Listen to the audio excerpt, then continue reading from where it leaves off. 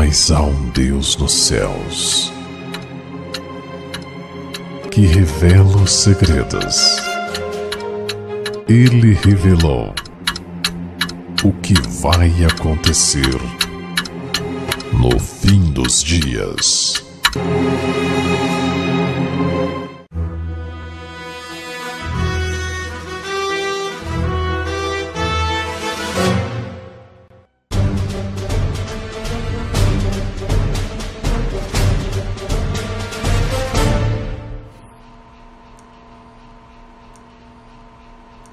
Quando nós estudamos a palavra de Deus e nós vemos a forma como Jesus, a explicava, nós vamos entender algumas lições muito básicas, que são aquelas pérolas que nós encontramos na superfície dela, quando você faz uma leitura e você aprende lições assim de forma muito rápidas. Por outro lado, nós vamos encontrar as parábolas, que eram lições difíceis, porque eram lições mais com uma simbologia incutida nelas. Haviam pontos principais onde se aplicava através da parábola, ensinos específicos que se dava. E aí nós chegamos também às profecias, que são certamente também ensinos difíceis de se entender. E a pergunta que cada um poderia ter é: se Jesus realmente quer que o seu povo aprenda com a sua palavra, por que as parábolas e por que as profecias, se elas são tão difíceis? Em primeiro lugar, é preciso entender que a grande dificuldade para nós hoje entender a Bíblia não está na Bíblia, está em nós. O problema não é a Bíblia, o problema não é a inspiração, o problema não é Deus, o problema não é Cristo, o problema é nós. Se o ser humano hoje tão somente puder aceitar o fato de que o problema está nele, nós já obtemos uma vitória fantástica, porque aí Deus pode trabalhar, porque o que impede o trabalho de Deus no ser humano é o orgulho, é achar que ele merece algo, e é a retórica que mais se ouve hoje. Não, você merece, você merece, você merece. Não, você não pode exigir menos do que você merece. Você merece, você merece. E o ser humano vai sendo bombardeado com esse tipo de pensamento de que ele merece algo. E o fato é que o ser humano não merece nada. O ser humano, ele nasce com uma dívida contraída em Adão e Eva, e ele deve realmente, a partir daí, entender que a graça de Cristo é o que ele precisa. Exatamente isso, graça. E graça é favor imerecido. Não é apenas um favor, mas é um favor imerecido. Agora, é curioso entender que existem alguns motivos pelos quais Cristo falou por parábolas e depois por profecias. Por exemplo, o que acontecia? No fim do ministério de Cristo, nos tempos finais, pouco antes que ele fosse crucificado, a perseguição a ele se intensificou, porque à medida que ele ia ensinando as verdadeiras palavras do reino, os sacerdotes da época iam perdendo adeptos, e isso obviamente eles não queriam. Perdia-se a arrecadação do templo, perdia-se em todos os sentidos, perdia-se a influência, e eles começaram a cada vez mais perseguir a Jesus, e começavam a criar armadilhas. Nós vimos, por exemplo, os saduceus, nós vimos na vez passada, os saduceus: escuta, na ressurreição, quem que vai ficar, etc, etc, etc. Então, eles iam criando ponto a ponto armadilhas. E Jesus agora começa, uma vez que esses sacerdotes já ficaram conhecidos, eles começaram a mandar espias. Por quê? Se eles mesmos aparecessem, eles imaginavam, bom, se nós aparecer lá, Jesus já sabe que é nós, e daí, Então eles começaram a mandar espias, a Bíblia chama de espias, que eram pessoas que estavam à disposição desses sacerdotes, e eles iam como pessoas, como se estivessem interessados em ouvir, mas eles estavam prestando atenção apenas para poder chegar para os fariseus depois de, olha, disse isso, para que os fariseus pudessem usar contra ele. Jesus então começa a falar por parábolas, começa a usar uma simbologia para que eles próprios não entendessem o que se estava falando, porém na certeza de que aqueles que realmente quisessem iam buscá-lo. E era o que acontecia. Nós vamos ver, por exemplo, ele falando às multidões, e aí quando ele falou em parábolas, né, a parábola do semeador e muitas outras, a parábola do joio e o trigo, a parábola do rico e Lázaro, aí, né, ele fala por parábolas. Os próprios discípulos não entenderam, chegaram depois para Jesus: Senhor, por que o Senhor lhes fala por parábolas? E Jesus é específico, diz: olha, para que vendo não vejam, para que ouvindo não entendam, né, para que não sejam curados. No final das contas, Jesus então mostra assim de forma bem simplista o seguinte: olha, eles não querem, eles não amam a verdade, eles não querem a verdade. Então por isso, né, eles têm ouvidos que não ouvem, né, eles vendo não veem, ouvindo não escutam e não são curados, né? Agora, é curioso ver que nada de novo debaixo do sol. Essa é uma regra que, se vocês puderem aplicá-la todas as vezes que estudam a palavra de Deus, vocês vão colher pérolas que outros não vão conseguir colher, né? Por quê? Porque se você entender o que aconteceu no passado e conseguir acreditar que Eclesiastes 1:9 é uma base de estudo para quem quer algo mais profundo, nada de novo debaixo do sol. O que foi, isto é o que há de ser. Vê algo novo, já foi nos dias passados. Então, a Bíblia já não tem nada novo. Então, se aquilo aconteceu e a Bíblia diz que não tem nada novo, é porque isto se repete. Como se repetiria hoje? Jesus, de novo, e isso é interessante de se notar, Jesus, no fim do seu ministério terrestre, passa a falar por parábolas. Por quê? Porque o fim estava próximo. Estavam para crucificar o Messias. No fim do seu ministério celestial, Jesus volta a falar por parábolas. Quais são as parábolas de hoje? Profecias. Jesus está de novo falando através de profecias. E vocês querem ter certeza disso? Abram um livro de Apocalipse, por exemplo, quando quiserem. Abra um livro do Apocalipse. Uma mulher sentada numa besta, etc, etc, etc. O que acontece? Os líderes hoje confessam que não entendem o Apocalipse. A sua grande maioria, quem é sincero. O que está acontecendo? Vendo, não veem. Essa palavra, por exemplo, eu não entendo nada. Sem problemas, sem problemas. Mas por quê? Quem é que tinha que instruir o povo? Eram os líderes. Eles eram chamados para isso. Então o povo, quando Jesus se relacionava com eles, Jesus sabia. Mas por que eles não sabiam? Porque quem deveria estar ensinando eles não estava apto a ensinar. Então, qual era o problema? O povo tinha um problema, mas não tinha desculpa. Veja bem, o homem não tem desculpa diante de Deus, porque a Bíblia está para todos. Aí, claro, você diz assim: não, mas eu não entendo. Sem problemas. Não é problema. Deus não considera o tempo da ignorância. Mas isso não quer dizer que ele não é culpado. Me entende? Não sei se me entende. Sim. Entra em ação a misericórdia de Deus. Mas o homem não tem desculpa para chegar um dia e dizer assim: Senhor, eu não entendia nada do Apocalipse, o que adiantou? Filho, por que você não entendia? E você vai ter que confessar a ele. Número 1, você não estudou direito. Você não estudou, você não se dedicou, né? Quem sabe ele perguntaria, me desculpe, aqui é só um exemplo, né? Não sei se você trabalha com mecânica ou com que trabalha, mas um exemplo, né? Ele diria: escuta, quando você começou a mexer com mecânica, você entendia muita coisa? Você diria: não entendi. Pois é, o que você fez? Você se dedicou, você começou a trabalhar, daqui a pouco você começou a entender um pouco mais, daqui a pouco você estava expert, né? Isso, você começou a mexer com motores, com isso, com aquilo, com aquele outro. A minha palavra não é mais importante que o motor de um carro? Veja, aquilo te dava o alimento temporal, eu te ofereci o alimento espiritual, o alimento eterno, e você não valorizou ele, você deu mais valor. Estou colocando, por favor, não é aqui para, sabe? Poderia ser como a rede de pesca que ele falou, como poderia ser a lavoura, né? É um fato que a gente tem que confessar diante dele: Senhor, olha, na verdade, o Senhor tem razão. O Senhor tem razão, no final das contas eu não dei tanto valor quanto deveria para a tua palavra. E é isso que acontece, né? É simples. Só há uma coisa que Deus precisa para perdoar um pecado, para perdoar uma omissão, para perdoar qualquer coisa. Só precisa da confissão, nada além disso. O Senhor é verdade, o Senhor tem razão. Pronto, tá bom, filho, tá resolvido. É só o que eu preciso, mais nada. Por quê? Porque o Senhor não pede a confissão para você porque ele quer te machucar. Não, ele só pede porque o perdão precisa do arrependimento.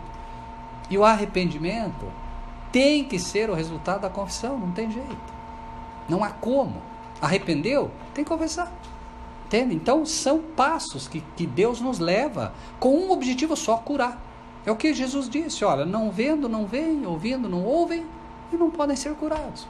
Eu vim para curar eles, mas eles não querem a cura. Então Jesus diz, olha, vai acontecer isso. E é um fato. Não é por... você abre o Apocalipse, não entendo. Vê, mas não vê. Por quê? Porque está ali uma besta, tal. Ele está vendo ou não está? Está. Mas está enxergando o que está ali? Não está. Está ouvindo? Está. Mas não está escutando como deveria. Então, nenhum problema, né, no ponto de vista em que Deus é fantástico e vai nos orientando com isso, mas a gente perde lições preciosíssimas justamente por isso.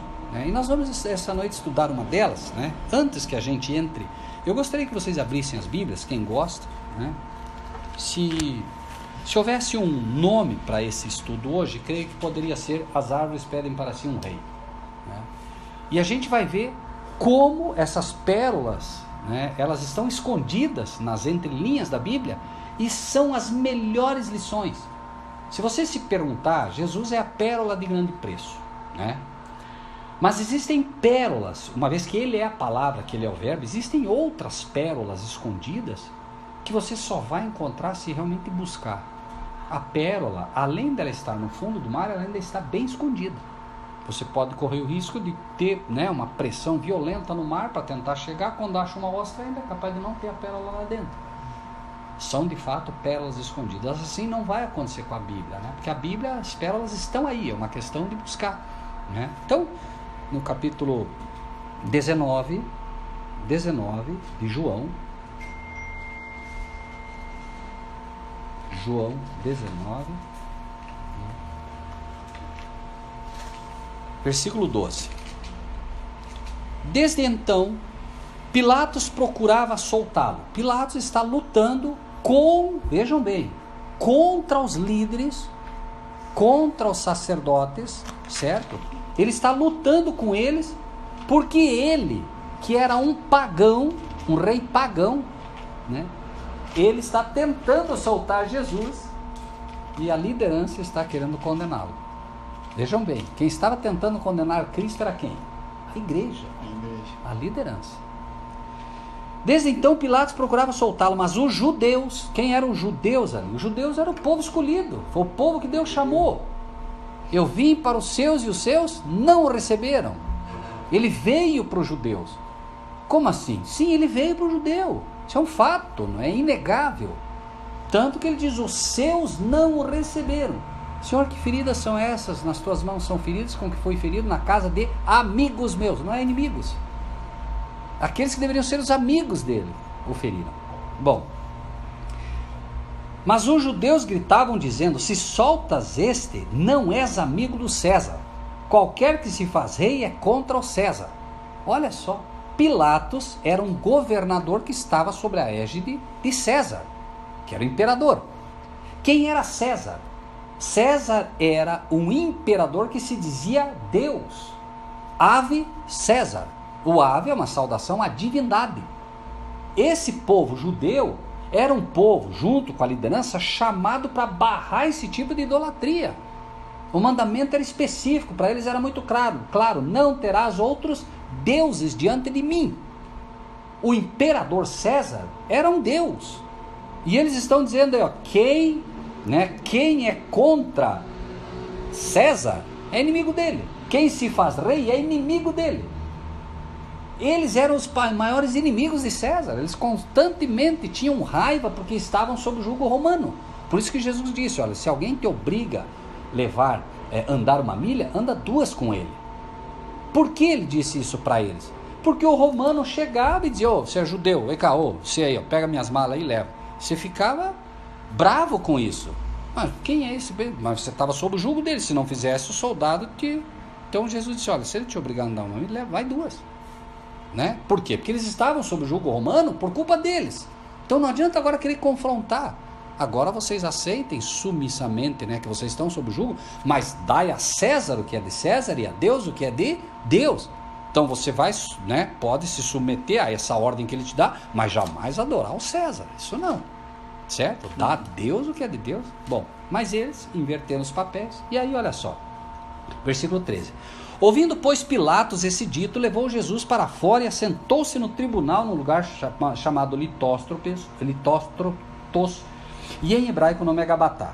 E era a preparação da Páscoa e quase a hora sexta. E disse aos judeus: eis aqui o vosso rei. Pilatos então está dizendo: olha, está aqui o rei de vocês. Esse é o rei de vocês. Mas eles bradaram: tira, crucifica-o. Disse-lhes Pilatos: hei de crucificar o vosso rei? Responderam: quem? Leiam. Principais sacerdotes. Quem eram eles? Os principais. Os da frente da igreja. Responderam o quê? Não temos rei. Senão a César. Não temos rei, senão a César. Isso pode parecer muito, mas quando você lê assim de forma simplista, pode parecer, não. Gente, eles negaram Cristo, negaram a Deus. Quem vê a mim vê o Pai. Quando eles dizem não temos rei senão a César, eles negaram completamente a escolha divina como um povo de Deus. Não temos rei senão a César. E César se autodenominava Deus.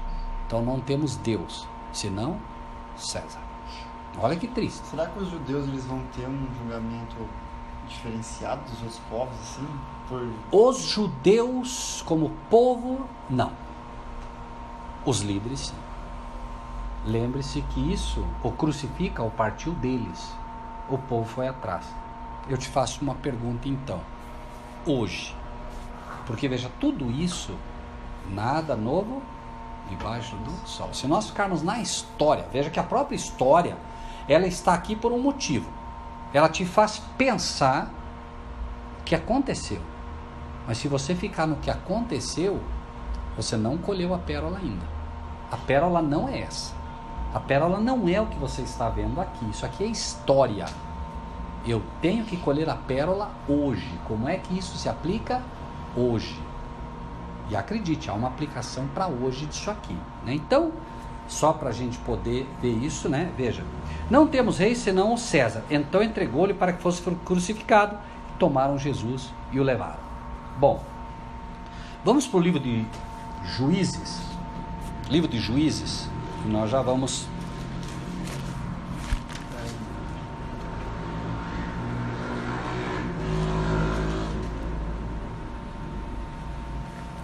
Juízes, perdão, capítulo 9. Juízes 9. Mais ou menos na página 350, por aí, não sei se vai bater. Depois do Josué. Isso. Quando tiver dificuldade, olha, é uma coisa simples, mas quando você tiver dificuldade, olha, vai para o índice, tá? Né? Vai para o índice lá com calma, não tem problema, e dá uma olhadinha, devagarinho você vai aprendendo. Olha aqui, ó. Ah, Juízes aqui, ó, página 331. Aí vai direto na página que às vezes a gente pode parecer uma coisa simples, mas às vezes a pessoa não percebe, né, que a paginação ela é fácil de localizar, né? Quem tem dificuldade com... Ok? Então, nós vamos encontrar em Juízes, capítulo 9, a partir do versículo 7. Conseguiu achar, Célia? Sim. Tá. E dizendo a Jotão, foi este e pôs-se no cume do monte de Gerizim, e levantou a sua voz e clamou e disse-lhes: ouvi a mim, cidadãos de Siquém, e Deus ouvirá a voz. Foram, isso é uma parábola, certo? Foram uma vez as árvores a ungir para si um rei, e disseram à oliveira: reina tu sobre nós. Porém a oliveira lhes disse: deixaria eu a minha gordura, que Deus e os homens em mim prezam, e iria a labutar sobre as árvores? Então disseram as árvores à figueira: vem tu e reina sobre nós. Porém a figueira lhes disse: deixarei eu a minha doçura, o meu bom fruto, e iria labutar sobre as árvores. Então disseram as árvores à videira: vem tu e reina sobre nós. Porém a videira lhes disse: deixaria eu o meu mosto, que alegra a Deus e aos homens, e viria labutar sobre as árvores? Então, o quê? Todas as árvores disseram ao espinheiro: vem tu e reina sobre nós. E disse o espinheiro às árvores: se na verdade me ungis rei sobre vós, vinde e confiai-vos debaixo da minha sombra. Mas se não, saia fogo do espinheiro que consuma os cedros do Líbano. Certo? Então, uma parábola. Agora vamos tentar entender um pouco dessa parábola, tendo sempre em mente que nada de novo debaixo do sol. Antes que a gente veja que nada de novo debaixo do sol, que a história se repete, né? Todas as lições que são dadas, né, por Deus ao seu povo, elas encontram um cumprimento que ele deve ser entendido sempre pelo seu povo, à base também do livro de 1 Coríntios. Vamos ver o que diz o livro de 1 Coríntios, no capítulo 10, versículo 11. 1 Coríntios 10, versículo 11. Se posso dar uma pequena sugestão para vocês, tá? Por exemplo, o ideal, quem gosta de anotar e ter o estudo na sua mão, é assim. Você coloca, por exemplo, o primeiro versículo citado. Imagine que o primeiro versículo citado aqui, vamos colocar assim, nós citamos um, né? Mas vamos iniciar o estudo, por exemplo, agora em Juízes. Então você vai para Juízes, certo? Nós lemos o texto, aí quando a gente cita esse novo, lá em Juízes, do ladinho, você escreve a referência para onde foi. Por quê? Porque daí você tem o estudo na tua mão. Porque você marcou ali, mas quando você precisar, você vai lá para Juízes, você não sabe agora para onde ir na sequência. Então assim, para quem isso é um passo a passo, porque daí você vai, leu, volta para Juízes, lá vai ter outro, entendeu? Ó, eu anoto todo ele. Entende? Porque todas as vezes que precisar tá ali. Claro que com o tempo de repente você não precisa mais, porque mas é bom, porque amanhã depois você quer compartilhar com alguém, tá tudo ali fácil, o passo a passo, né? Que é a base do está escrito, né? O que diz ali 1 Coríntios 10, 11? Quem quer ler? Ora, tudo isso lhe sobreveio com figuras, e estão escritas para aviso nosso, para quem já são chegados os fins dos séculos. Olha que interessante, né? É uma frasezinha simples, mas ela tem um significado assim profundo para nós, principalmente nos dias de hoje, porque ele vai mostrando tudo o que aconteceu no deserto. Se vocês lerem antes, vocês vão ver que ele falou, olha, eles passaram pelo mar, né? O mar se abriu, etc, etc, etc, etc. Daí ele diz assim, ora, tudo isso lhe sobreveio como figuras e estão escritas para aviso nosso, a quem os fins dos tempos têm chegado. Então tudo aquilo tinha lição, é como se nós disséssemos assim, eles viveram tudo aquilo, viveram, mas aquilo era figura, simbologia para nós. Então aquilo é uma profecia viva para nós. E se você, um dia a gente pode estudar isso, vocês vão ver como cada coisa que aconteceu lá tem um significado para o dia de hoje. Por isso ele vai dizer, né? Todos foram batizados no mar. Então o que significava quando eles entraram no mar, que abriu o mar? O batismo, certo? Logo depois, quando sai do batismo, acontece, tudo aquilo tinha um significado. Foi dada a lei, para nós é dado a lei. Aconteceu isso, foi dado o santuário, há uma lição no santuário para nós, Cristo é o nosso sumo sacerdote. Cada liçãozinha deles tinham, né? Finalmente eles chegam na terra prometida. Quando eles chegam na terra prometida, as casas estavam vazias, porque os vespões haviam tirado todos os moradores de lá. Quando nós chegarmos na Canaã celestial, na verdadeira, as casas vão estar nos esperando. Jesus disse, eu vou preparar lugar para vocês. Entendem? É uma lição fantástica quando você vê todo esse detalhe, entende, de como Deus conduz, né? Bom, uma vez que a gente tem isso, né, que tudo foi escrito a nós, a quem os fins dos tempos têm chegado, vamos ler de novo Juízes, que a gente vai gravando, né? Juízes 9, 7. Dizendo a Jotão, foi este, pôs-se no cume do monte de Gerizim. Juízes 9, a partir do versículo 7, tá? Pode, é bom deixar marcadinho aí com alguma, para vocês poderem acompanhar, porque nós vamos voltar a todo momento aí, tá?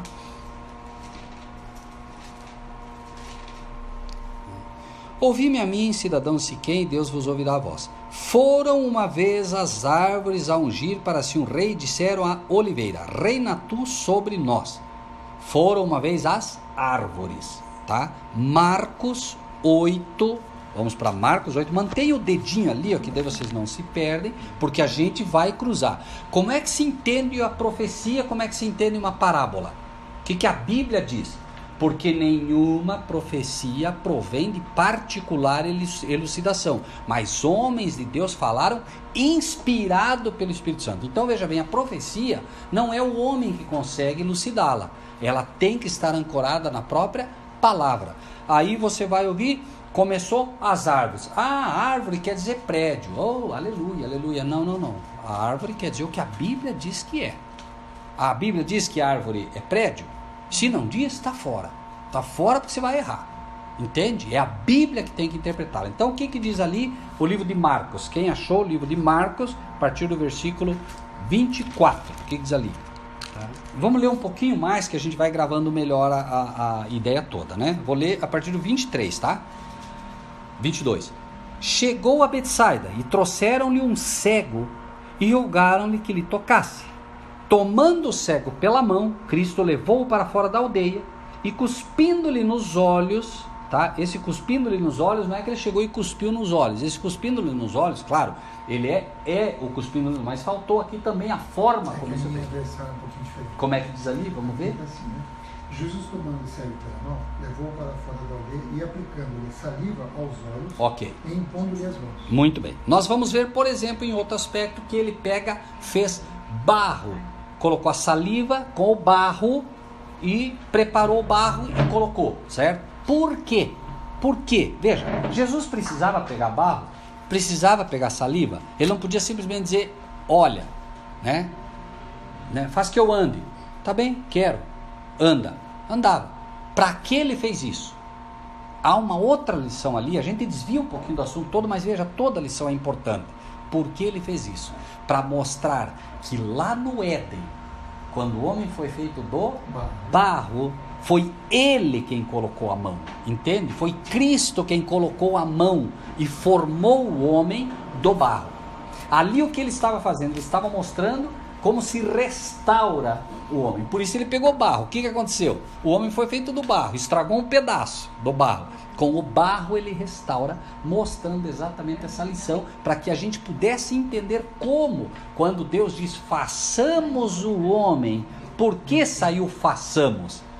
Entende? Esse façamos é um convite do pai ao filho. Filho, vamos fazer o homem. Então quem criou a matéria foi o pai.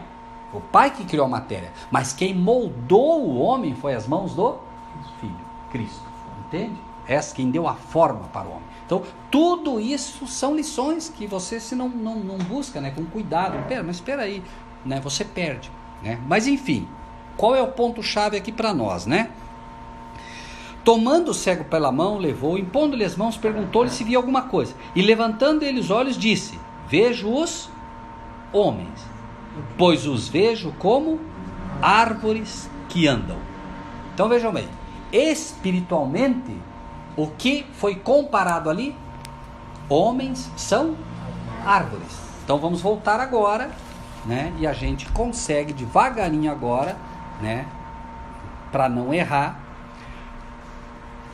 9, 8. Vamos lá. Foram uma vez... Não. Foram uma vez os homens. Ótimo. Foram uma vez os homens a ungir para si um rei e disseram a oliveira, certo? Quem é a oliveira? Vamos de novo deixar que a Bíblia ensine, porque senão erra-se. Salmo 52, 8. Salmo 52. E não tenho medo de errar, nós estamos aqui para errar mesmo, porque a gente errando vai aprendendo, né, cada vez mais. Salmo 52, 8. Quem quer ler aí? Salmo 52, 8. O que diz ali? Quanto a mim, porém, sou como a oliveira verdejante na casa de Deus. Confio na misericórdia de Deus para todo sempre. Quanto a mim, sou como a oliveira verde. O quê? Na casa de Deus. Na casa de Deus. Que mais? Para todos. Confio na misericórdia de Deus para todos sempre. Então, vejam bem. Se árvores são homens, o que é uma oliveira? Casa de Deus. Vamos lá de novo. Eu sou como a oliveira. Então não é a casa. Eu é quem? É um homem. Certo? Então, árvores são homens. Oliveira é uma espécie, é um homem específico. O que é a oliveira? Quem lembra? O que sai da oliveira? Sai o óleo. Sai o óleo ou não sai? De oliva. E o que é o óleo? Símbolo. Qual que é o símbolo do óleo? Espírito Santo. Eu sou um homem cheio do Espírito Santo. Eu sou como a oliveira, verde ou madura? Verde ou seca? Verde. O que é uma oliveira verde? É uma oliveira cheia de vida. Eu sou um homem cheio do Espírito Santo. Eu sou como a oliveira verde.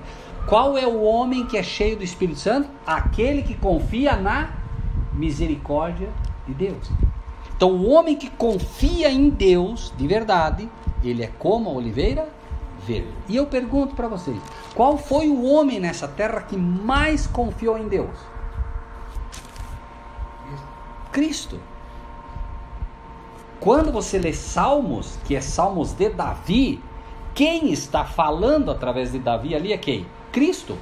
Eu sou como a oliveira verde. Não houve uma oliveira mais verde que Cristo. Por isso, quando ele está falando com os discípulos, ele disse: se ao madeiro verde fizeram isso, que não farão ao seco?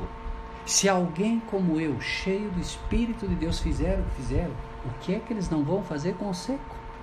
Ou seja, se a mim eles fizeram isso, cheio do Espírito de Deus, protegido pelo meu Pai, confiando na misericórdia do meu Pai, quando o diabo pegar os homens secos, sem nenhuma proteção de Deus, sem nenhuma misericórdia, sem nada do Espírito de Deus, o que não vão fazer com eles? Entende? O inimigo só está esperando. O inimigo odeia o ser humano. E ele vai destruir completamente todos que ele puder. Por isso Jesus disse: se fizeram isso ao madeiro verde, que não farão ao seco. Então assim, ele está dizendo, vamos voltar agora, vai ficando mais claro, né? Vamos devagarinho para não errar. Foram uma vez Juízes 7:8. Foram uma vez os homens a ungir para si um rei e disseram a Cristo: reina tu sobre nós. Fizeram isso ou não fizeram? Foram lá, chamaram ele, queriam coroá-lo rei. Mas o que ele disse? Meu reino não é deste mundo. Então, aquele que era, de fato, para ser o rei deles, eles queriam fazer dele um rei tipo César. Um rei o quê? Terreno. Um rei terreno. Como ele disse, meu reino não é deste mundo, e não quis aceitar ser um rei terreno, porque eles queriam o quê? Bênçãos físicas, certo? E a gente vê isso como? A gente vê isso quando ele estava ali, fez o milagre da multiplicação dos pães, uma multidão seguia ele, de repente ele disse: olha, os pássaros têm seu ninho, as raposas têm o seu covil, mas o filho do homem não tem onde reclinar a cabeça. Ou seja, vocês estão indo atrás de mim porque eu dei pão para vocês. Vocês estão indo atrás de mim porque vocês imaginam que eu vim para alimentar vocês fisicamente. Eu não vim para isso. Eu não vou dar casa para ninguém. Eu não vim para dar carro para ninguém. Eu não vim dar bênçãos físicas. Eu vim dar bênçãos espirituais. Por isso ele diz: olha, a raposa tem o seu covil, o pássaro tem o seu ninho, mas o filho do homem, que sou eu, não tem onde reclinar a cabeça. O que vocês estão querendo? Eu não vim trazer bênçãos físicas. E eles queriam fazer dele um rei terreno. Por isso que quando eles quiseram fazer dele um rei, o que aconteceu? Ele saiu, não aceitou. Então eles foram e quiseram fazer, né, dele, da oliveira, né? Nós vamos encontrar a oliveira também lá em Apocalipse 11, não é o caso agora, mas nós vamos encontrá-la de novo, né?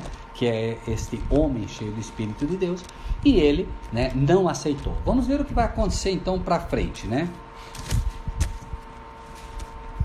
Porém a oliveira lhes disse: deixaria eu a minha gordura que Deus e os homens em mim prezam. Quem é que prezava aquele antes de tudo? Deus. Eis o meu filho amado em quem me comprazo. Não houve um ser humano em quem Deus pôde se comprazer mais do que o seu filho. Você não vai ouvir Deus falando de outro homem: eu me comprazo dele. Não. Cristo realmente, né, atingiu a justiça exigida pelo Pai. Todos os outros precisaram e precisam da misericórdia de Deus. Cristo não precisou e não precisa da misericórdia de Deus. Por quê? A misericórdia é um atributo para quem peca. Salário do pecado é a morte. Cristo pecou? Não. Então não havia salário, ele não precisava da misericórdia de Deus. Ele sempre esteve sobre o favor de Deus. Há uma diferença que se confunde aqui também muito. As pessoas não sabem a diferença entre estar sobre o favor de Deus e sobre a misericórdia de Deus. Para que tenham ideia, o sacerdote na época, eles, no chamado éfode, que era a roupa que ele usava, no chamado éfode, haviam várias pedras representando as 12 tribos, tá? E haviam duas pedras que eram chamadas de Urim e Tumim, né? Uma ficava do lado direito da roupa e uma do lado esquerdo da roupa. Quando o sacerdote ia, né, para consultar a Deus sobre qualquer petição, né, normalmente no templo, né, ele entrava no templo, se brilhasse a luz na pedra esquerda, não era para ir. Por exemplo, Senhor, os filisteus estão para nos atacar. Senhor, vamos para a batalha? Se brilhasse sobre a pedra esquerda, não. Por quê? Por quê? Apartai os bodes à minha esquerda e as ovelhas à minha direita. As ovelhas estão sob o favor de Deus. Os bodes representam aqueles que estão sobre, pura e simplesmente, a misericórdia. Mas aqueles que estão sobre a misericórdia e a rejeitam finalmente serão também rejeitados. Então, se brilhasse no esquerdo, estava dizendo, vocês não estão sob o meu favor. Por quê? Porque não estão me obedecendo. Quando você procura obedecer a Deus, você está sobre o favor dele. Quando você não obedece, você está sobre a misericórdia.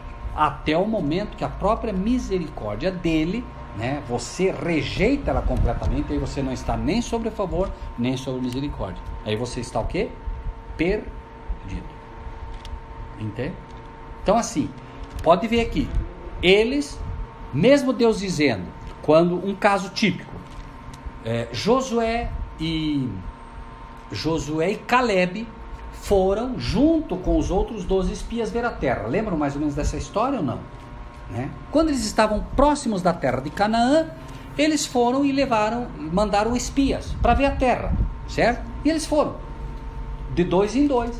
Quando voltaram, a história de todos não, essa terra tem gigantes que consomem, nós éramos como gafanhoto para eles, e etc, etc, etc. Todo o relato deles foi isso, menos Josué e Caleb.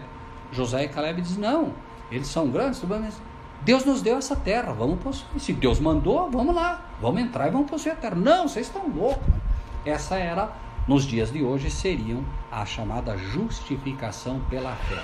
Deus mandou, faz, né? Você não precisa se preocupar com isso. Eles são poderosos, mas Deus é mais poderoso.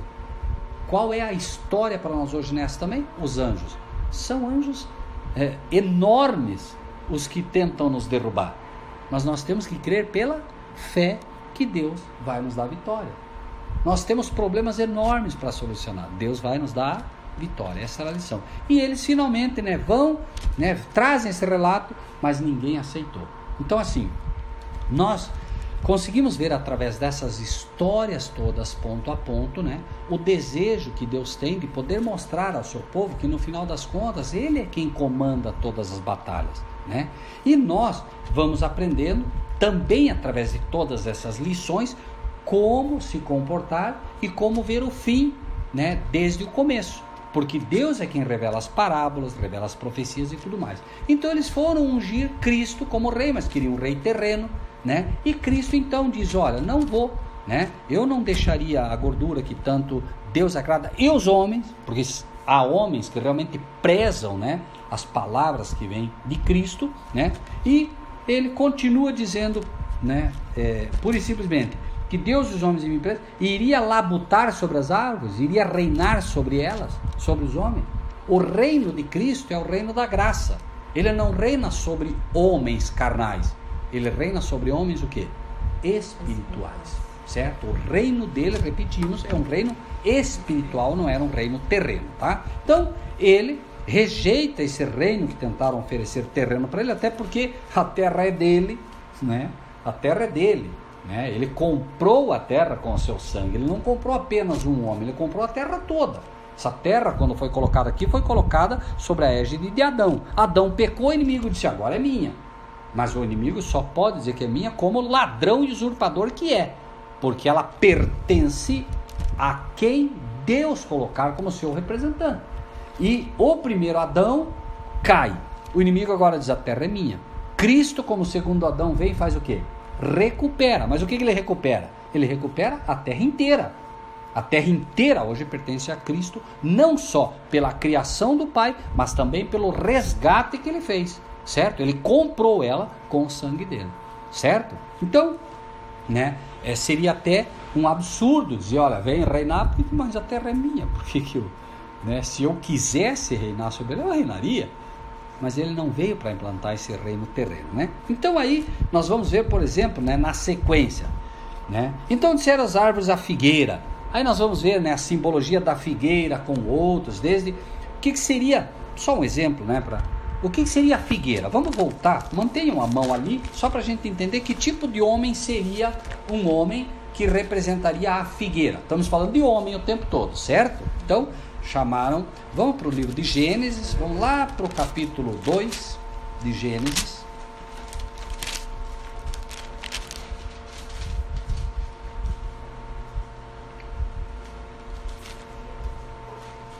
Versículo 7. Formou o Senhor Deus o homem do pó da terra e soprou em seu nariz o fôlego da vida. E o homem foi feito alma vivente. Então ele criou Adão, certo? Colocou ele ali no Éden. E aí ele dá algumas ordens, né? Olha, né? Qual era a ordem? Versículo 16. Ordenou o Senhor Deus ao homem, dizendo, de toda árvore do jardim comerás livremente, mas da árvore da ciência do bem e do mal, dela não comerás, porque no dia em que dela comeres, certamente morrerás. Qual foi a ordem? Adão, se você desobedecer, você vai morrer. Algumas pessoas dizem, porque se ele desobedece, Deus vai matar. Deus não precisa matar ninguém. Há um mandamento de Deus que se levanta soberano dizendo, né? Não matarás. Deus nos dá o exemplo. Se ele dá uma ordem para nós que não é para matar, ele vai dar o exemplo primário. E algumas pessoas dizem, não, mas Deus matou. Pergunta é simples. Jesus disse, quem vê a mim vê o Pai. Jesus matou alguém? Sim ou não? Não. Se ele não matou, o Pai matou? Também não. Então nós precisamos entender quando a Bíblia diz que morreram os amorreus. Como morreram? Morreram vítimas do seu pecado. Salário do pecado é a morte. Deus não precisa matar ninguém, por quê? Uma lição muito simples. Ele faz o homem. Está ali um boneco de barro. O boneco de barro tem vida ou não? Não. O que precisou Deus fazer? Colocou nele o fôlego de vida. Vamos colocar um exemplo assim um pouco mais simples então. A Débora ganha uma boneca. Essa boneca é movida a pilha. A Débora vai lá, compra a pilha, bota na boneca. Acabou a pilha, o que acontece com a boneca? Não funciona. O que você tem que fazer agora? Compra outra. Mas você é obrigado a comprar outra pilha? De quem é a boneca? É a mesma coisa. Deus é obrigado a manter você vivo? Não. Ele te deu a vida e acreditem, o trabalho dele todo dia é nos manter vivos. O trabalho dele, ele tem um trabalho enorme em nos manter vivos. Sabe por quê? Se ele disser nesse momento, bom, eu te dei o espírito de vida, certo? Agora, você tem o espírito de vida, mas isso não basta para você ficar viva, por uma razão simples. Tem alguém querendo te destruir. Então Deus agora, para que você morra, o que ele precisa fazer? Nada. Basta que ele diga para o anjo que ele colocou te cuidando, sai daí, deixa ela. Como quando eles deixai-o está entregue aos ídolos. Te pergunto, quantos segundos você acha que o diabo vai esperar para destruir ela? Quanto? Nenhum. Imediatamente. É só olhar. Mas espera, nós temos um exemplo? Temos. E foi um dia em que os filhos, né, de Deus foram reunidos. E veio entre eles Satanás. De onde veio? De rodear e cena da terra. Né? Jó, a história de Jó. Claro, você dá tudo para Jó. Não, pode ir lá. Vai lá. Quanto tempo ele levou Vai lá, já veio. Né? E diz a Bíblia, uma atrás da outra. Sim. Por quê? Porque o diabo não mais deixa eu fazer logo antes que ele se arrependa. Ele imagina que Deus pode se arrepender quando dá uma ordem. Né? Então vejam, ele tem trabalho em nos manter vivos. Ele não precisa fazer nada. Basta que ele diga, anjo, vem. O anjo que está te cuidando sai, o diabo te destrói na hora. Por quê? Porque o diabo odeia o ser humano. Veja, você tem alguém que odeia você. Só que essa pessoa não pode com você. Entende? Imagine alguém que odeia você, mas ele não pode com você. Você é mais forte que ele. Você tem um filhinho. Quem você acha que ele vai atacar? Ele vai atacar teu filho. Eu não posso com ele, mas com o filho eu posso. Machucando o filho, eu machuco ele. É o que o diabo faz. Eu não posso com Deus. Eu não posso com Cristo. Todas as batalhas que eu tive com Cristo eu perdi. Com Deus nem se fala. Então o que eu vou fazer? Eu vou atacar os filhos dele. Cada criança, cada um de nós que ele machuca, né, é como se ele ferisse o coração do próprio pai. Porque o pai sofre. Porque o amor é o quê? Sofredor, diz a Bíblia. Deus ama ou não ama? Ama. Então quando ele ataca um filho, ele está atacando a Deus. É como se ele dissesse, está vendo? Olha bem o que eu estou fazendo. Olha bem. Quero que você sofra para aprender. É assim, o diabo é mau. A gente às vezes esquece esses detalhes, né? Mas enfim, né? Então, no capítulo 2 que estamos, veja bem, ele dá uma ordem, passa, vamos lá para o versículo, capítulo 3, Gênesis que estamos, desculpe, versículo 7, o que diz ali? 3, 7, quem quer ler? Abriram-se então os olhos de ambos, e percebendo que estavam nus, coseram folhas de figueira e fizeram cintas para si. O que isso tem a ver? Figueira, nós estamos estudando aqui que foram chamar a figueira. Qual é o homem que se parece então com a figueira? É o homem que tenta justificar-se por si mesmo. O homem peca. O que ele precisava agora? Ele precisava confessar o seu pecado a Deus. Mas ele vai e faz folhas de figueira. Eu vou esconder o meu pecado. Eu quero me justificar. Senhor, eu estou bonito? Filho, isso aí não esconde o teu pecado. Muito pelo contrário. Isso aí só realça ele. Né? Outra. Quem te falou que você estava nu? Né? Claro, porque antes ele estava nu. Só que ele não conhecia o mal. Agora ele peca, põe folha de figueira. É o que nós chamamos de justiça própria. São homens que tentam justificar-se por si mesmos. Quando digo homens, obviamente que eu estou incluindo sempre as mulheres também. É apenas a linguagem bíblica, né, que apresenta sempre com o homem. Né? Bom, então eles vão buscar um homem que tem justiça própria. Não, eu sou bom, eu sou, né? Ali nós encontramos principalmente quem? Nos fariseus. Os fariseus se achavam bons. Né? Senhor, eu te agradeço. 2 homens foram lá orar no templo, lembram? Um era o fariseu, o outro era o pecador declarado. Senhor, muito obrigado, porque eu não sou como esse povo aí. Eu jejuo, eu dou o dízimo, eu faço isso, eu faço aquilo. O que é o nome disso? Justiça própria. Não sou nem como esse publicano aí. E o outro, como é que orava? Senhor, tem misericórdia de mim, que sou pecador. Esse foi justificado. Então, o que é figueira? Homens com justiça própria. E acreditem, isso já tem acontecido e muito. Não, esse cara é bom. Não, esse é bom, esse é bom. Bom, passa, vai 1, vai 2, voltamos para Juízes então, né? E vamos agora para... Veja, isso foi acontecendo à medida que o tempo passa, certo? À medida que o tempo passa, isso vai acontecendo. E nós vamos chegar agora no versículo 14 então. 14, tá? Então, o que vai acontecer? Todos os homens disseram ao... Todos! Olha só que interessante. Até aqui a Bíblia não falou todas. Não falou todos. Agora é todos. Isso mostra indubitavelmente que nós chegamos ao fim dos tempos. Claro, porque todos é o resumo de todas as gerações. É o resumo de quem estará no fim dos dias. É o último rei que vai ser convidado. É interessante notar, porque a Bíblia não erra. Então, todas ou todos os homens disseram a quem? A quem? Ao espinheiro. Vem tu e reina sobre nós. Vamos para o livro de Mateus, capítulo 13, versículo 22. Mateus 13, 22.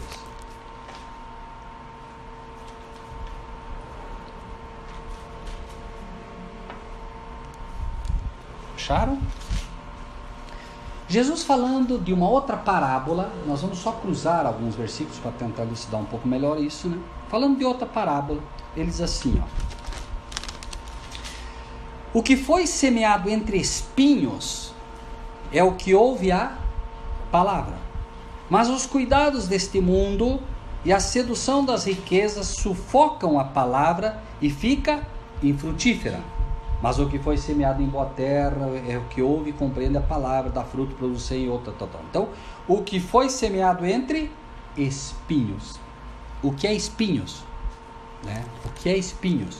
Vamos ver mais um texto para que isso vá ficando bem claro para a gente também. Né? Isaías 33, 12. Isaías, a gente tem que cruzar mesmo, porque daí vai ficando mais claro. Isaías 33, 12. Veja que nós vemos um caso em que foi dada a palavra, mas a palavra foi sufocada pelos espinhos. Isaías 33, 12.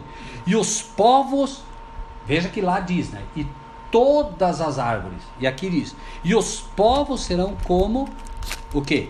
Os incêndios de cal, como espinhos cortados arderão no fogo. Quem quer arriscar imaginar o que é um espinheiro? Espinheiro. O que seria o espinheiro? Vamos ler mais um versículo só. João 19, 15. Agora vai elucidar.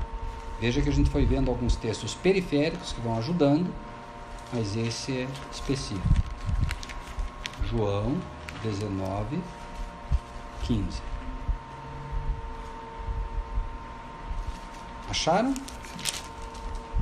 Quem quer ler? Vejam o que nós lemos antes lá. O que ele diz lá? Eles, porém, clamavam, fora, fora, crucifica-o. Disse-lhes Pilatos, hei de crucificar o vosso rei? Responderam os principais sacerdotes. Hei de crucificar o vosso rei? Responderam os principais sacerdotes, não temos rei, senão a César. Olha aqui, agora vamos tentar fazer algo relativamente simples, né? Que aparentemente é complexo, mas vamos lá. O que aconteceu no passado? Finalmente eles escolheram a pior pessoa que poderiam ter escolhido. Cristo, quando vai ser crucificado, pouco antes, o que colocaram na cabeça dele? Espinhos. Coroa de espinhos. Por quê? Por quê? Por quê? Está figurado. Eles imaginavam que estavam fazendo algo pura e simplesmente para Cristo sofrer. Mas em tudo que acontecia, Deus permitia que houvesse uma lição. Um exemplo, né? Imagine agora que alguém vai lá e diz assim, escuta, eu vim buscar a cruz na qual um tal de Jesus tem que ser crucificado. Vamos voltar no tempo e tentar ver isso. Alguém diria para ele, não tem cruz para Jesus aqui. O marceneiro diria, eu tenho 3 cruzes aqui. Uma é para um tal de ladrão aí que eu não sei quem é, outro para outro ladrão, e uma para um tal de Barrabás. Não é essas cruzes que estavam lá? Não era Barrabás que tinha que ser crucificado? Daí eles disseram, quem que vocês querem que eu solte? Solte Barrabás e crucifique este. A cruz então já estava pronta para eles, Barrabás e os outros 2. Porque Cristo não merecia morrer numa cruz dele. Ele merecia a cruz? Não. Barrabás merecia? Sim. Todos aqueles mereciam. Tanto que o ladrão que se arrepende diz, nós de fato temos que estar aqui. Nós por nós, mas ele o que fez? Lembram disso? O próprio ladrão reconhece que eles mereciam todos, né? Mas não ele. Barrabás então, Cristo leva uma cruz que não era dele. Por quê? Porque o exemplo é que a cruz que ele levou era para mim e para você. Era para Barrabás, mas nunca para ele. Ele não merecia ter levado aquela cruz e não merecia ter sido crucificado nela. Mas além da cruz, o que foi posto? Uma coroa de espinhos. Por quê? Eis o Cordeiro de Deus que tira os pecados do mundo. todos os pecados dos seres humanos foram colocados sobre ele, certo? A coroa de espinho representa todos os pecados nossos postos sobre ele. Espinho na Bíblia significa o que então? Pecado. Então veja, eles vão buscar a oliveira verde, um homem cheio do Espírito Santo, que era o próprio Cristo. Tinha pecado? Não. Ele não era uma oliveira simplesmente movido pelo Espírito de Deus. Ele era cheio. Diz a Bíblia que nele habita a plenitude de Deus.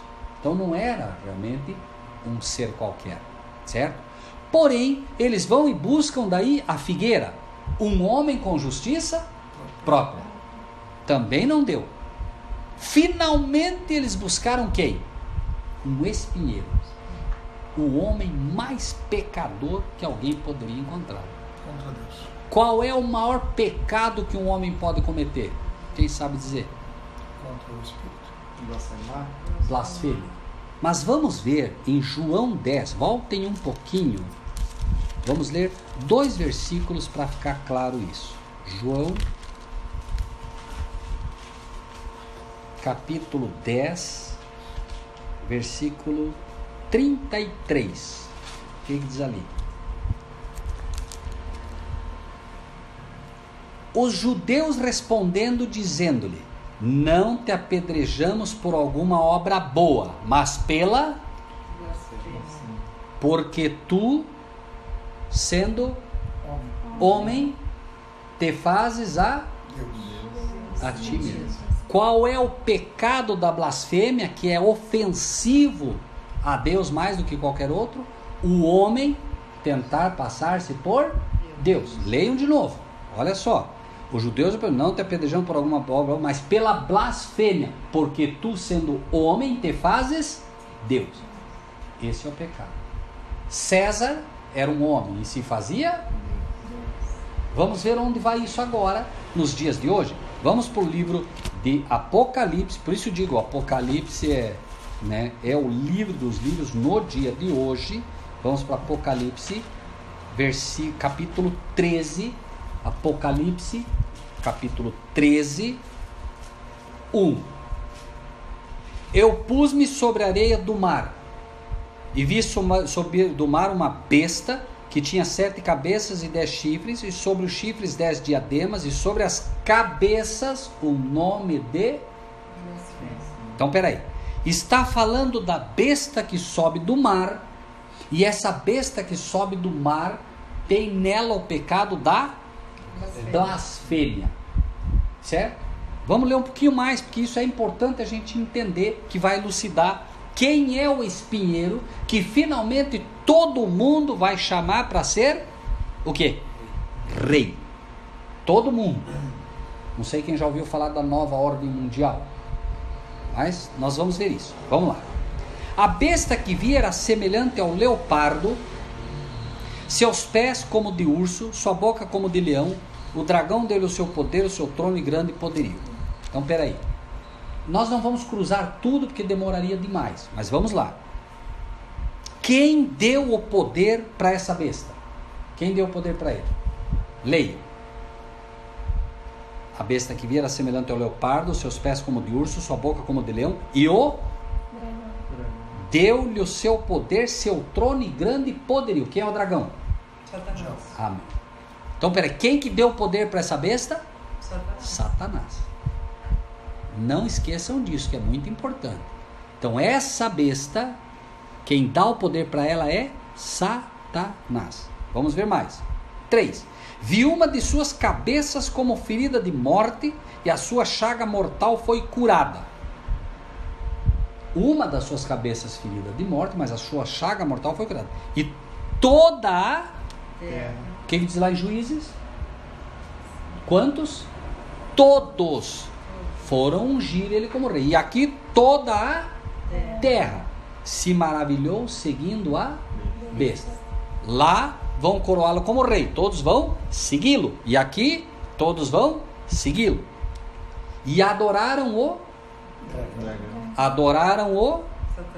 Adoraram o diabo, adoraram Satanás, que deu a esta besta o seu poder. E adoraram a pecado da blasfêmia. Qual é o pecado da blasfêmia? O homem tentar fazer passar-se por Deus. Adoraram o diabo porque estavam adorando a besta. E diziam: quem é semelhante à besta? Quem poderá batalhar contra ela? E foi-lhe dada uma boca para proferir grandes coisas e blasfêmias. Ela não tem apenas o pecado da blasfêmia.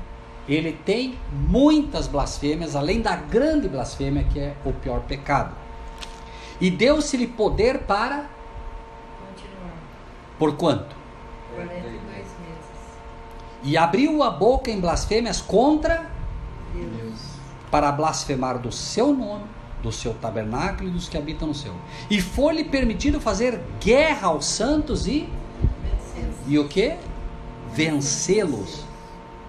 Venceu os santos, irmãos. E deu-se-lhe poder sobre o quê?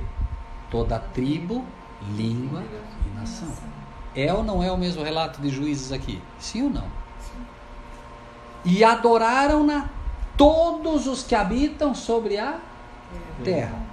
Esses cujos nomes não estão escritos no livro da vida do Cordeiro que foi morto desde a fundação do mundo.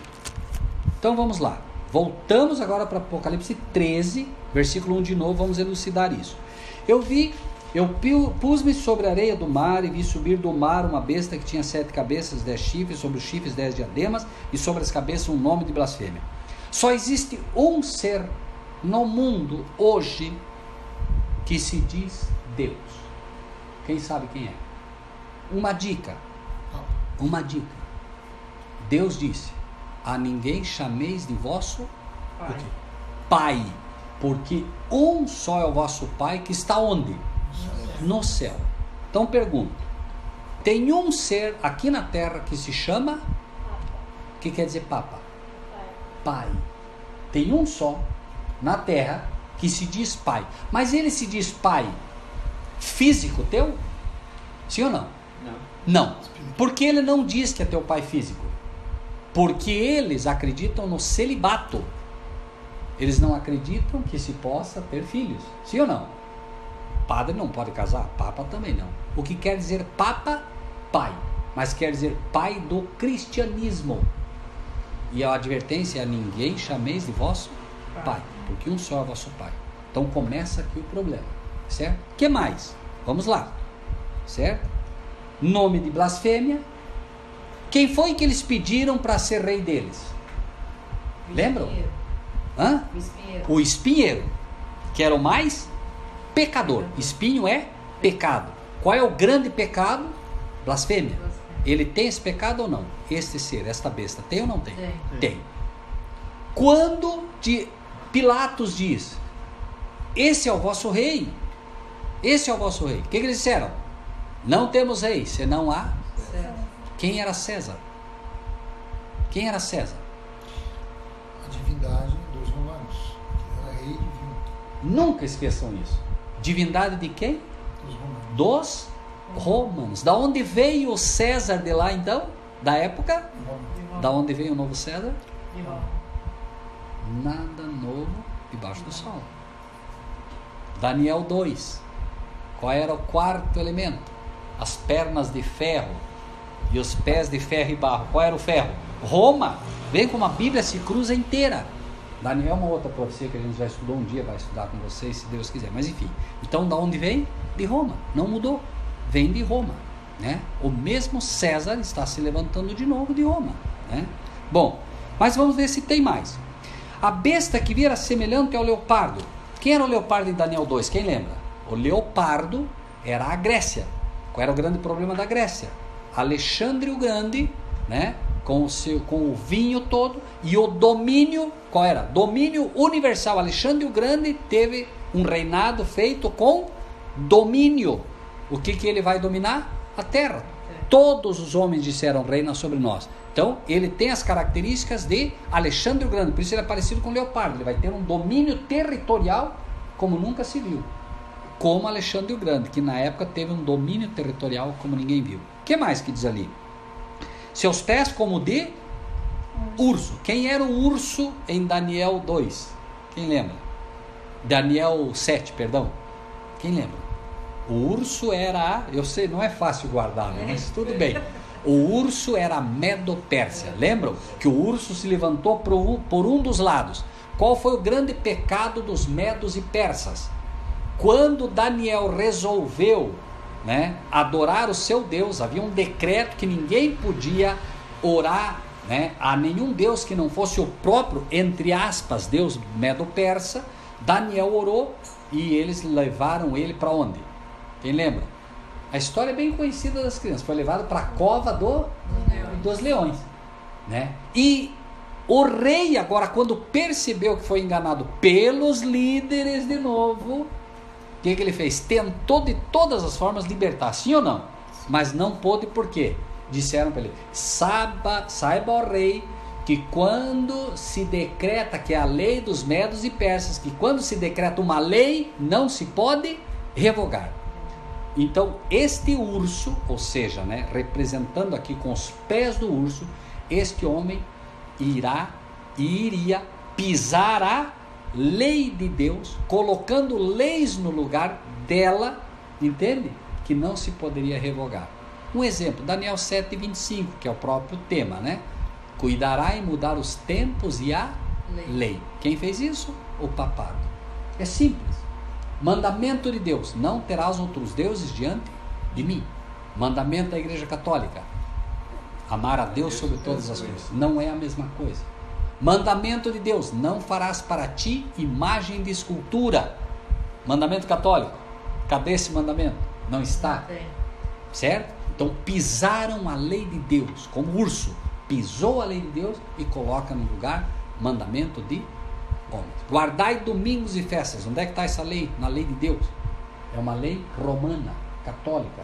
Guardar domingos. Domingo em inglês, Sunday. Guardai o dia do sol, porque eles eram adoradores do sol.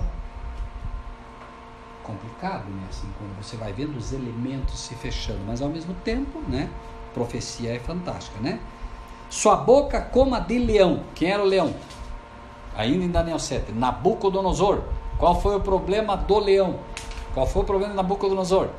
Mandou construir uma estátua, e quem não adorasse a estátua morria queimado. Por isso foram levados. Exato. Problema então deste, vai criar uma imagem, todo mundo tem que adorar. É ou não é o que ele faz? Tem que adorar imagens. Vai se levantar de novo uma imagem da besta, todo mundo vai adorar. Como hoje se faz? Adoram imagens que vêm de Roma, sempre, né? E finalmente, né, o poder que ele recebe do dragão. De forma simplista é assim: quem vê a mim vê o Pai, disse Cristo. Então, o que acontece? O diabo imita tudo que é de Deus. Quem é o verdadeiro cabeça da igreja de Deus? Quem é o cabeça? Quem é o líder? Cristo. O diabo também tem uma igreja. Quem é o líder da igreja dele? Não podemos ter medo de falar, gente. Deus tem uma igreja, mas só pode ter um cabeça, que é Cristo. O diabo levantou uma igreja também. E quem é o cabeça da igreja dele?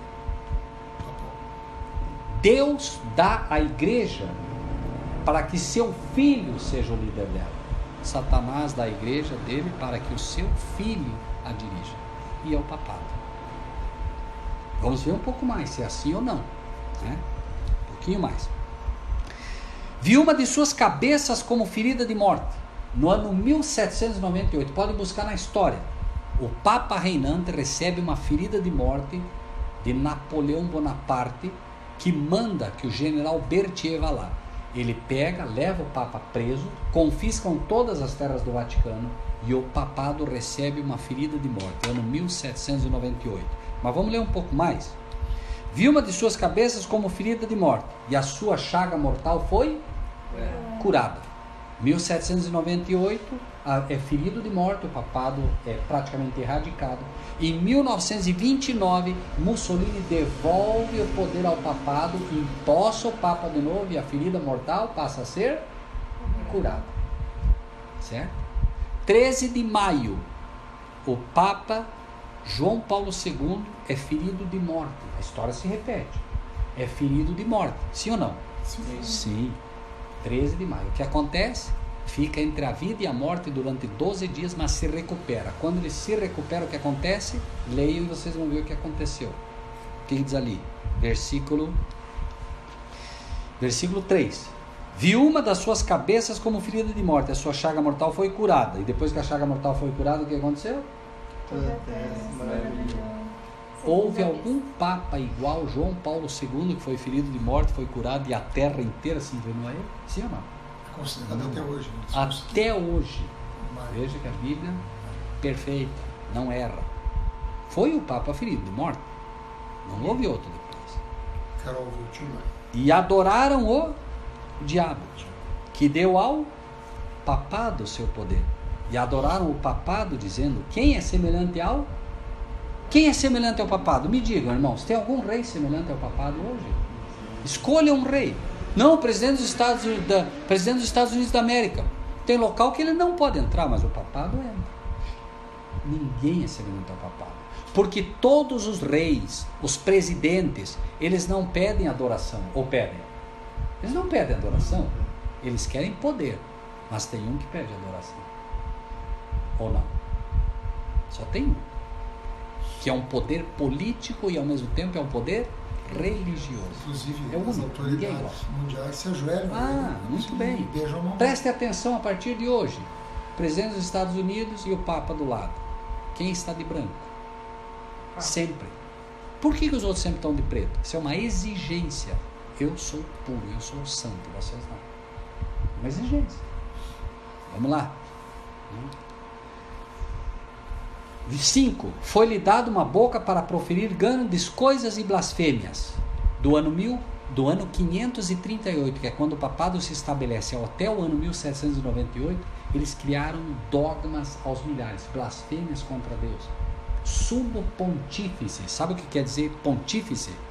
Pontífice vem da palavra ponte, ou seja, eu sou a ponte entre os homens e Deus. Qual é a única ponte entre os homens e Deus? Cristo. Ele é o único, diz a Bíblia, o único mediador entre Deus e os homens. Então o papado assume que ele é a ponte. Só que as pessoas nem sabem o que quer dizer a palavra. Mas sumo pontífice, ele não é apenas a ponte, ele é o sumo pontífice. Ele está acima de todos. O que mais? Deu-se-lhe poder por quanto tempo? 42 meses. Quem tem uma caneta? Vamos ver se bate.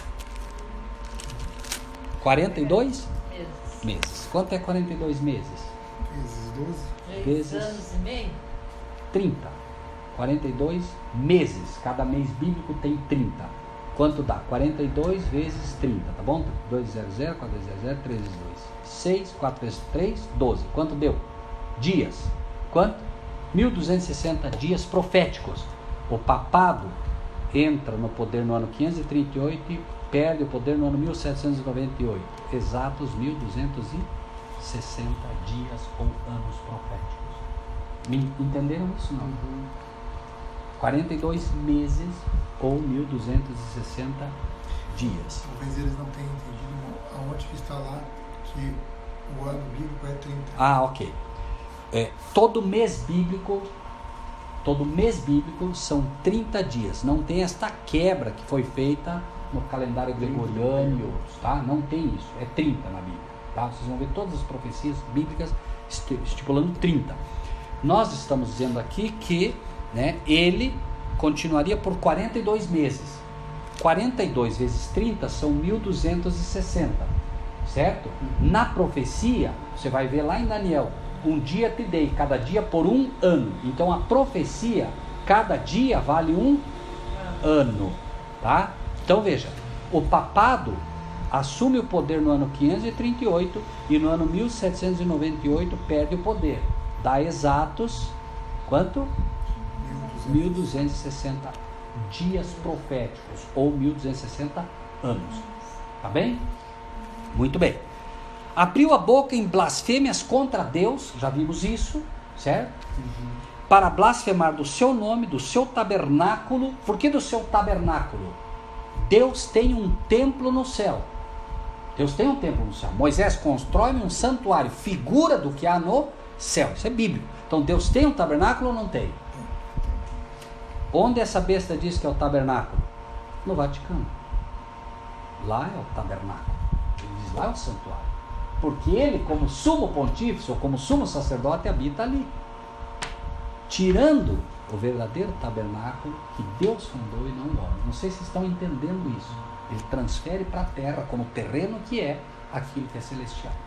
Por isso diz o teu tabernáculo. E dos que habitam no céu. E foi-lhe permitido fazer guerra aos santos e o quê? Vencê-los. Vocês já ouviram falar da chamada Santa Inquisição? Não. A chamada Santa Inquisição é história.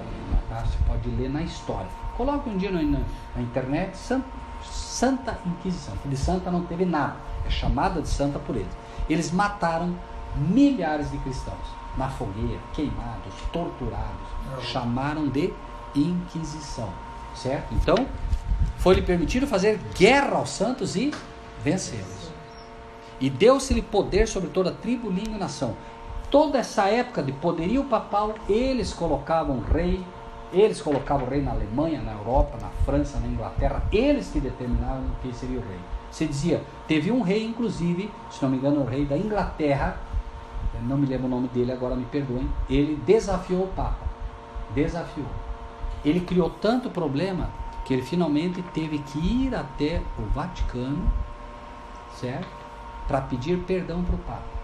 Quando ele chegou lá, o Papa deixou ele 3 dias descalço no lado de fora do pátio, pegando neve, frio, tudo.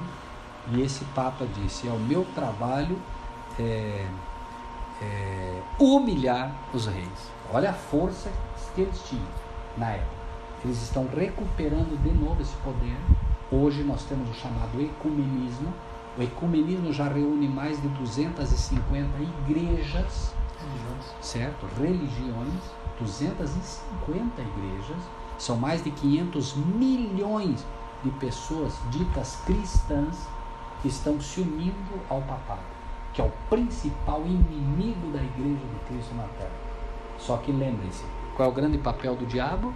Ele é o enganador. Ele apresenta uma fonte serena, olha que papa bonzinho, tal, e vai enganando. Ele vai mostrar o que ele realmente quer fazer quando as igrejas estiverem todas sob a mão dele. Aí ele vai mostrar qual é o papel dele. E o que vai acontecer? As fogueiras se levantarão de novo. E aí vocês vão ver, por exemplo, se cumprir algo interessante. João Batista pregou por quanto tempo? Lembra? 3 anos? 3 anos e meio. Jesus? 3 anos e meio. 3 anos e meio. Elias? 3 anos e meio. E nós vamos pregar por 3 anos e meio. Se nos mantivermos firmes, como foram com ele. Mas o diabo também vai ter 3 anos e meio de poder. Apocalipse 11 contra Apocalipse 13. Apocalipse 13 apresenta a besta, o dragão, ou o dragão, que é o diabo, tendo a besta que sobe do mar e a besta que sobe da terra do lado dele, certo? E reunirá o mundo inteiro, tá bem? Todos os homens foram e disseram ao espieiro, reina sobre nós. O povo de Deus, ou seja, Cristo, terá os Elias modernos, que são as 2 testemunhas de Apocalipse 11, a oliveira, que estamos falando da oliveira, e os castiçais. Deus terá então os modernos Elias e terá a verdadeira igreja, que é o castiçal, contra todo mundo. E essa é a batalha do Armagedon, que a maioria das pessoas não sabe o que é. A batalha final é entre o dragão e Cristo, mas através dos modernos Elias e dos modernos Moisés, que é a igreja, contra a besta que sobe do mar e a besta que sobe da terra. Cristo dando poder à sua igreja, ao seu povo. E quem dando poder para o outro lado? O dragão, o diabo. Finalizando só isso aqui, foi-lhe permitido fazer guerra aos santos e vencê-los, deu-se-lhe poder sobre toda tribo, língua e nação. É o ecumenismo e a nova ordem mundial agora, E adoraram-na todos os que habitam sobre a terra, esses cujos nomes não estão escritos no livro da vida do Cordeiro, que foi morto desde a fundação do mundo. E olha que interessante, Jesus disse, né? Ouvindo, não ouve. Vendo, não vê. Olha como ele encerra aqui o 9. Se alguém tem ouvidos, então nós precisamos ouvir, porque a maioria não vai ouvir. Conte isso aqui para a maioria. Mostra essa profecia para a maioria. O que eles vão dizer? Eles são loucos. Falar contra o Santo Papa? Ouvindo, não ouve. Vendo, não vê. E só para finalizar, para que não fique dúvida, Deus é um Deus tão fantástico que Ele faz o seguinte. Tá bem, vamos imaginar que finalmente você é uma pessoa matemática, porque Deus, Ele é um Deus que nos apresenta sempre a fé. Bem-aventurados os que não viram e creram, certo? Fé. Porém, tem aqueles que preferem a lógica. Então vamos ver. Versículo 18. O famoso versículo, aqui a sabedoria. Aquele que tem entendimento, calcule o número da besta, que é número de... Então, em primeiro lugar, esqueçam o chip de implante, esqueçam o computador, esqueçam tudo que disserem para vocês e fiquem com a Bíblia. É número de um? Então é um homem, não se engane. A besta que ele está apresentando. Aquele que tem entendimento, calcule o número da besta, porque é número de um homem. E o seu número é? Então é um homem 666. Pode bater isso? Até aqui nós falamos que quem é a besta? Quem nós falamos que é a besta? Papa, sim ou não? Falamos. O cálculo tem que bater então para ele, ou não? Se está certo o que falamos, tem que bater para ele. Todo Papa se autodenomina Vicarius Filii Dei, que quer dizer vigário, filho de Deus. Claro, ele se denomina filho de Deus, ele se diz o próprio Cristo, ele toma o lugar do próprio Cristo. Da onde nós falamos que vem o anticristo? Da onde nós falamos que vem a besta? Da onde veio o César? Roma. Seria justo então que usássemos Roma para isso, ou não? Sim. Se estamos certos. Números romanos. V 5 I 1 C 100 nada 1 V 5 nada I 1 L 50 I 1 D 500 E nada I 1 5 com 1 com 100 quanto? Com 1 com 5 com 1 com 50 quanto? 163, isso, vamos falar alto que daí ouve aqui, tá? 163 com 1 com 1 com 500 não 665 ótimo, 665 mais 1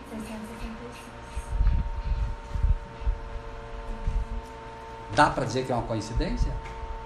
Vamos imaginar que fosse há um outro título do papado, Dux Cleri, clero de Deus, clero de Deus, D 500, V 5, X 10, C 100, L 50, E nada 1, 500 com 5, 505, com 10, 515, com 100, 615, 600 e com 5, com 50, perdão. 665.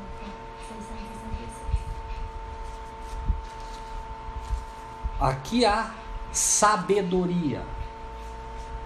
Aquele que tem entendimento, calcule. Ele pediu para calcular ou não? Sim. O que nós fizemos aqui? Calcule o número da besta, porque o número do homem é número de homem, o seu número 666. Então, essa profecia, obviamente, né, mostra claramente, e não é única, ela não é uma profecia isolada. ela mostra claramente, né, que finalmente os homens escolherão o pior homem que poderiam colocar como líder, porque é alguém que desafia o próprio céu, desafia Deus, e esse homem vai trazer aquilo que Jesus disse. Com isso encerramos. Mateus 24. Mateus 24, 3.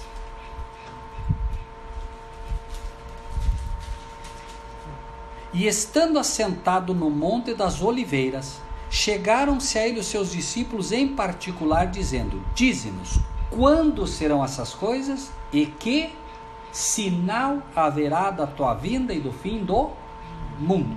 Preste atenção nisso. Quando serão e que sinal haverá da tua vinda e do fim do mundo?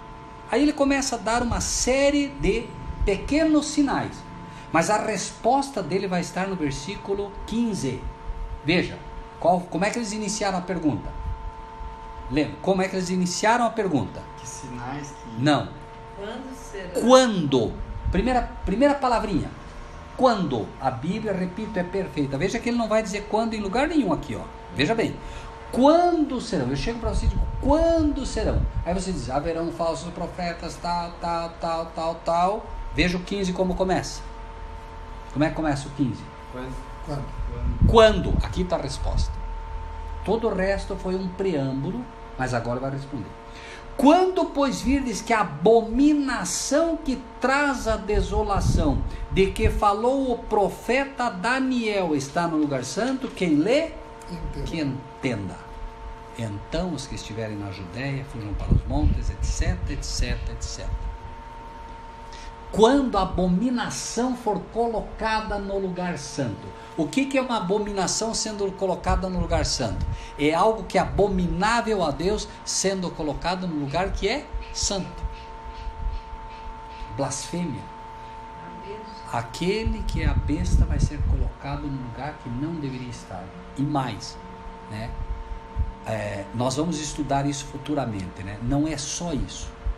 Nós vamos ver a lei de Deus finalmente sendo rejeitada completamente, e a lei do homem sendo colocada no lugar, e você vai dizer assim, eu vou seguir a lei de Deus. Vem a perseguição para você, vem a perseguição para cada um de nós. Tentar obedecer a Deus nesta época final fará com que a besta se levante contra nós. Imagine você dizendo, eu não vou seguir as leis do Pai. E Ele é o Rei universal agora, Ele manda no mundo. E aí vai ter um punhado de pessoas que vão dizer, não, a perseguição vai ser violenta contra esse povo. Querem ver isso biblicamente também, apenas para encerrar? Apocalipse, com isso a gente encerra o estudo, tá? Apocalipse, que é um erro também que infelizmente se comete. Apocalipse capítulo 12,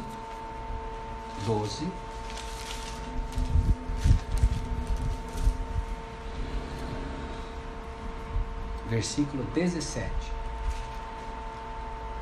O que diz o 12, 17? E o dragão. Quem é o dragão? O diabo. Quem é o dragão? O diabo. E o diabo irou-se contra a igreja. A mulher é a igreja em profecia. E foi fazer guerra à igreja. Foi fazer guerra à igreja? Foi fazer guerra ao resto da sua semente, ao remanescente. Quem são eles? Os que guardam os mandamentos de Deus e têm o testemunho de Jesus Cristo. Então o diabo vai ficar irado com a igreja, mas vai perseguir mesmo quem? Quem ele vai perseguir? Quem ele vai perseguir? Os que guardam os mandamentos de Deus, porque ele tem mandamentos dele, certo? Então ele diz, pode fazer imagem. Você diz, não vou adorar nada, porque ele escondeu esse mandamento. Ele diz, guarde o domingo e os dias de festa. Você vai dizer, não vou guardar o domingo, porque Deus deu outro dia na mim. Vem a perseguição. Entende? Esse é a perseguição final. Isso é bíblico. É bíblico, é claro. Agora, no final das contas, qual é o grande chamado? Quem tem, ouça o que o Espírito diz às igrejas. Amém?